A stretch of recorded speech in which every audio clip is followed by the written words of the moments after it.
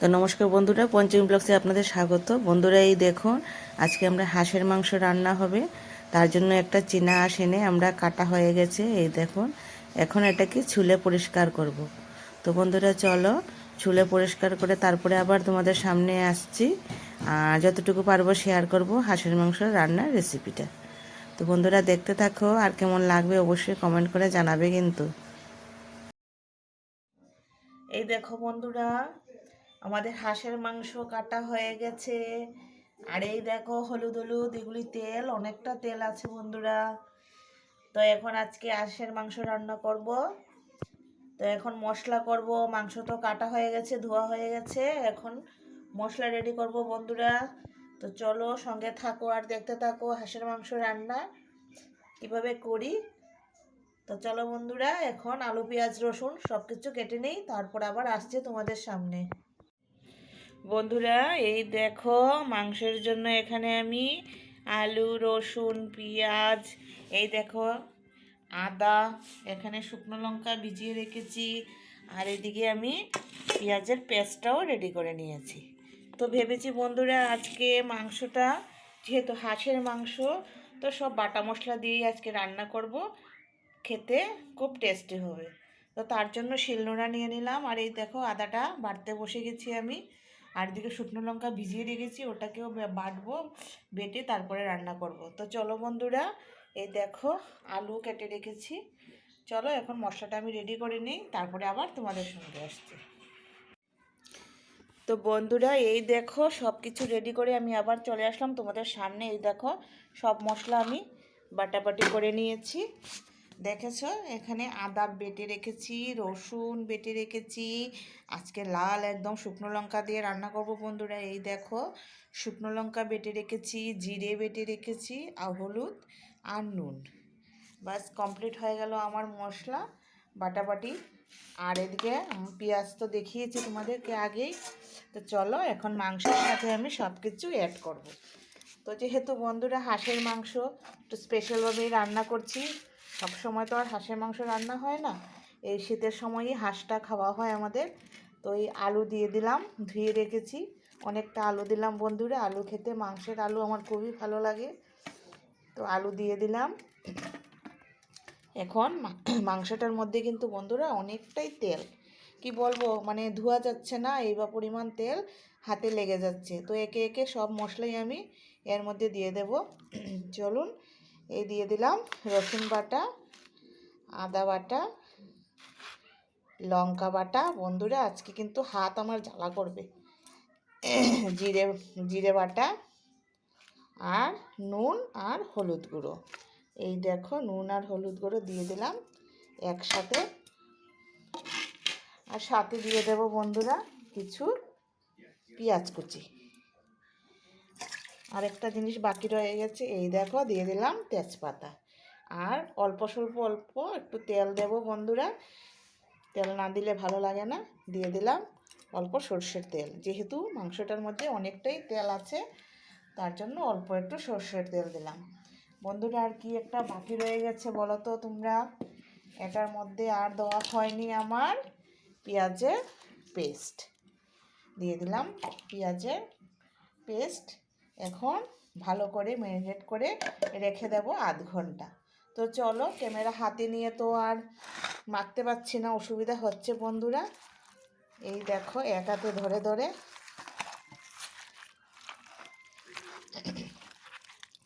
তো চলো মেখে তারপর আবার তোমাদের সামনে আসছি। বুঝতে পারছো বন্ধুরা, মেখে আবার তোমাদের সামনে আসছি। তো বন্ধুরা এই দেখো কড়াই বসিয়ে আমি, কড়াইয়ের মধ্যে খুব একটা তেল দিইনি, অল্প পরিমাণে তেল দিয়েছি, আর দিয়ে দিয়েছি 2টা শুকনো লঙ্কা। তো বন্ধুরা খুব একটা তেল দিইনি, কারণ হলো তোমরা হয়তো মনে করবে যে মাংসের মধ্যে কম তেলে রান্না করছে, এটা না বন্ধুরা। এই হাঁসটার মধ্যে অনেকটাই তেল, কি বলবো, যদি না দেখতে মানে দেখুনি তো মানে বিশ্বাস করবে কিনা বুঝতে পারছি না, এতটাই তেল যে আমি মাংসটা ধুতে পারছি না। প্লাস যে বাসনটার মধ্যে রেখেছিলাম ওটা একদম পুরোটা তেলে ভরে গেছে। তো আচ্ছা যাই হোক, তার জন্য তেলটা কমিয়ে দিলাম। আর শুকনো লঙ্কাটা লাল হচ্ছে, এখন দিয়ে দিলাম অল্প আমি দারচিনি। আর এখন দিয়ে দিলাম পেঁয়াজ কুচি, রসুন কুচি। এটাকে আমি এখন ভালো করে লাল করে ভেজে নেব।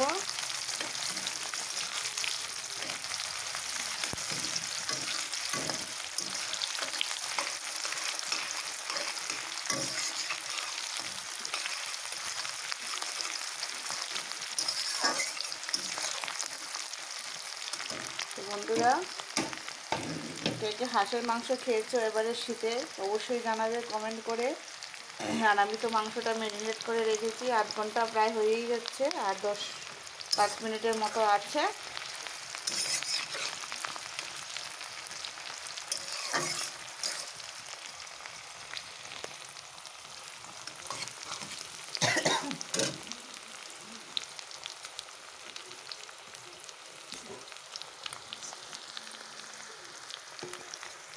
আর এই দেখো মাংসটা আমার 8 ঘন্টা হয়ে গেছে বন্ধুরা। আজকে সব বাটা মশলা দিয়ে রান্না করছি, বুঝতেই পারছো। তোমাদের সঙ্গে তো শেয়ারও করলাম যে আজকে বাটা মশলা দিয়ে রান্না করব।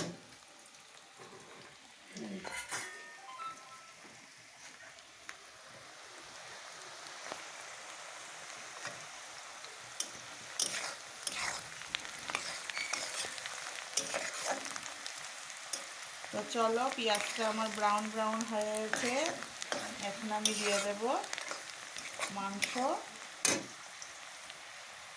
মাংসগুলোকে দিয়ে আমি ভালো করে কষিয়ে নেব।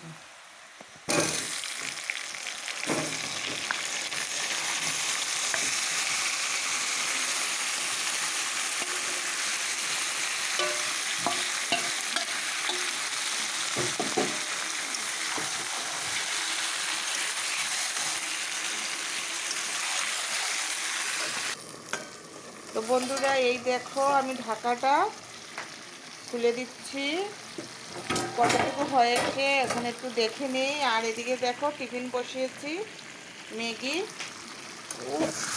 মাংসটা তো খুব সুন্দর হয়ে এসেছে,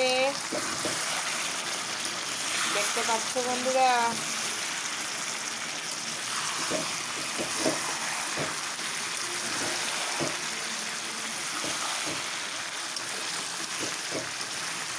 এখন আর ঢাকা দেব না, এখন আমি একটু মাংসটাকে ঢাকা ছাড়াই একটু কষিয়ে নেব ভালো করে।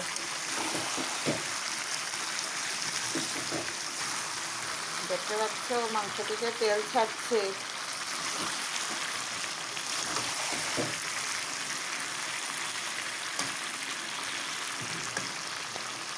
হ্যাঁ, আলুটাও আমার সেদ্ধ হয়ে গেছে।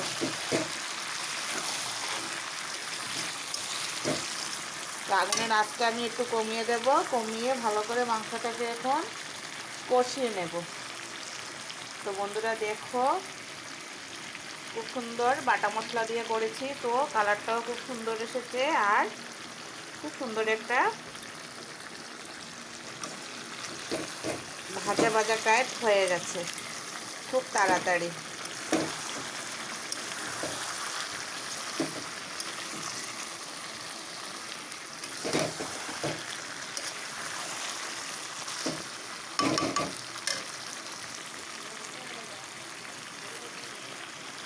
তো বন্ধুরা, এই দেখো মাংসটা আমার কষানো হয়ে গেছে একদম। এখন দিয়ে দেব জল, না হলে বন্ধুরা নিচের দিকে লেগে যাবে। একদম কষানো হয়ে গেছে, খুব সুন্দর দেখো কালারটা এসেছে, বা মাংস থেকে তেলটাও ছাড়তে শুরু করেছে। তো চলো, এই দেখো মশলার বাটি দেওয়া জলটা দিয়ে দিলাম,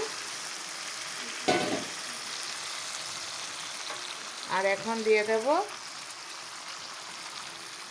একটু বেশি করে জল দেব, যেহেতু একটু সিদ্ধ হবে বন্ধুরা। হাঁসের মাংসটা কিন্তু একটু সিদ্ধ হতে সময় নেয়, তার জন্য একটু বেশি পরিমাণেই জলটা দিয়ে দিলাম আমি, সেদ্ধটা ভালোভাবে যাতে হয়ে যায়। তো আরেকটা জিনিস ওটার সঙ্গে অ্যাড করব, তোমাদের সাথে সেটা শেয়ার করব। ঠিক আছে বন্ধুরা, তো বন্ধুরা এই দেখো এখন একটু একটা জিনিস দেব, বেশি না অল্প পরিমাণ দেব।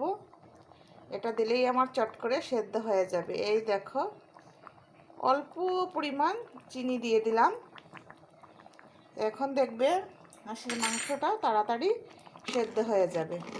এটা একটা টিপস, এভাবে দিয়ে তোমরা রান্না করে দেখো, হাঁসের মাংস কিন্তু খুব তাড়াতাড়ি সিদ্ধ হয়ে যায়।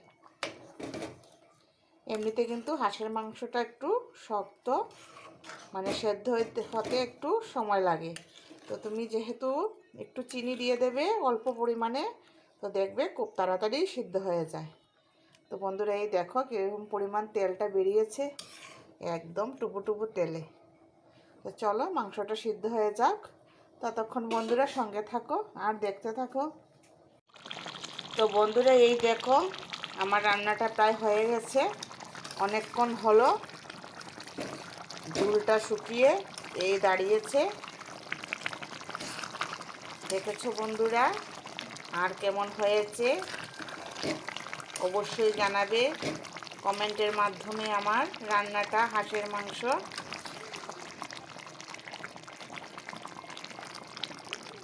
দেখো খুব সুন্দর, এই দেখো কালারটাও খুব সুন্দর হয়েছে, যেহেতু বাটা মশলা দিয়েছি।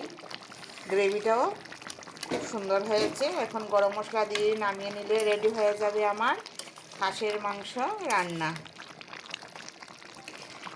তো চলো বন্ধুরা নামিয়ে নিই, তারপর আবার তোমাদেরকে দেখাচ্ছি। তো বন্ধুরা এই দেখো আমার রেডি হয়ে গেছে হাঁসের মাংস। কেমন হয়েছে কালারটা অবশ্যই জানাবে কিন্তু কমেন্টের মাধ্যমে। এই দেখো একদম পুরো রেডি হয়ে গেছে, খুব সুন্দর সেদ্ধ হয়েছে বন্ধুরা। তো নামিয়ে নিলাম হাঁসের মাংস। তো হাঁসের মাংসর রেসিপিটা কেমন লাগলো তোমরা এইভাবেই বানিয়ে খেয়ে দেখো, একদম দুর্দান্ত লাগবে খেতে। আর এই দেখো এখন দিয়ে দিচ্ছি সানরাইজের গুঁড়ো মশলা, এটা দিয়ে দিলাম। এখন একটু ঢাকা দিয়ে রেখে দেবো বন্ধুরা। আর আজকের মতো ভিডিও এখানেই শেষ করছি। কেমন লাগলো অবশ্যই কমেন্টের মাধ্যমে জানাবে। আর সত্যি বলছি এভাবে বানিয়ে খেয়ে দেখবে, একদম দুর্দান্ত টেস্ট এই শীতকালে হাঁসের মাংস। আর যারা নতুন বন্ধু হয়ে আছো আমার চ্যানেলটাকে সাবস্ক্রাইব করোনি, প্লিজ বন্ধুরা একটা লাইক দিয়ে চ্যানেলটাকে সাবস্ক্রাইব করে পাশে থেকো বন্ধুরা। আর পাশে থাকা বেল বাটনটা বাজিয়ে দিও, যাতে ভিডিও ছাড়ার সঙ্গে সঙ্গে নোটিফিকেশনটা তোমাদের কাছে চলে যায়। আর একটা কথা বলছি বন্ধুরা, ভিডিওটা কেউ স্কিপ করো না, স্কিপ করলেই কিন্তু আর জানতে পারবে না কিভাবে রান্না করলাম হাঁসের মাংস। তো চলো আজকের মতো ভিডিওটা এখানেই শেষ করছি, খুব তাড়াতাড়ি নিয়ে আসবো আরেকটা ভিডিও। তো বন্ধুরা সঙ্গে থাকো, টাটা বাই, ভালো থেকো, সুস্থ থেকো। আবার নেক্সট একটা ভিডিওতে খুব তাড়াতাড়ি দেখা হচ্ছে।